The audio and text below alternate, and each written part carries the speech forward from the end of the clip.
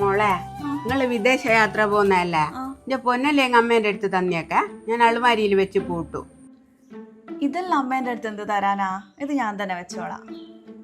ഇതല്ല മോളെ ഞാൻ പറഞ്ഞേ, ഇനി കല്യാണത്തിന് ഇട്ടിക്കില്ലനാ, അതാ ഞാൻ പറഞ്ഞേ. അതെല്ലാം റെന്റൽ ഓർണമെന്റ്സ് അമ്മേ. രണ്ടല്ലോ അമ്മേ, അതെല്ലാം ഓള് വാടകയ്ക്ക് എടുത്തതാ. കടകക്കാ ഓളും മോളെ പറ്റിച്ചതാ? ചോദിക്കട്ടെ ഞാൻ ഓളോട്. അശ്വതിയെ, എനിക്ക് എത്ര പവൻ അതിന്റെ ആയിരുന്നു തന്നേ? പവനാ?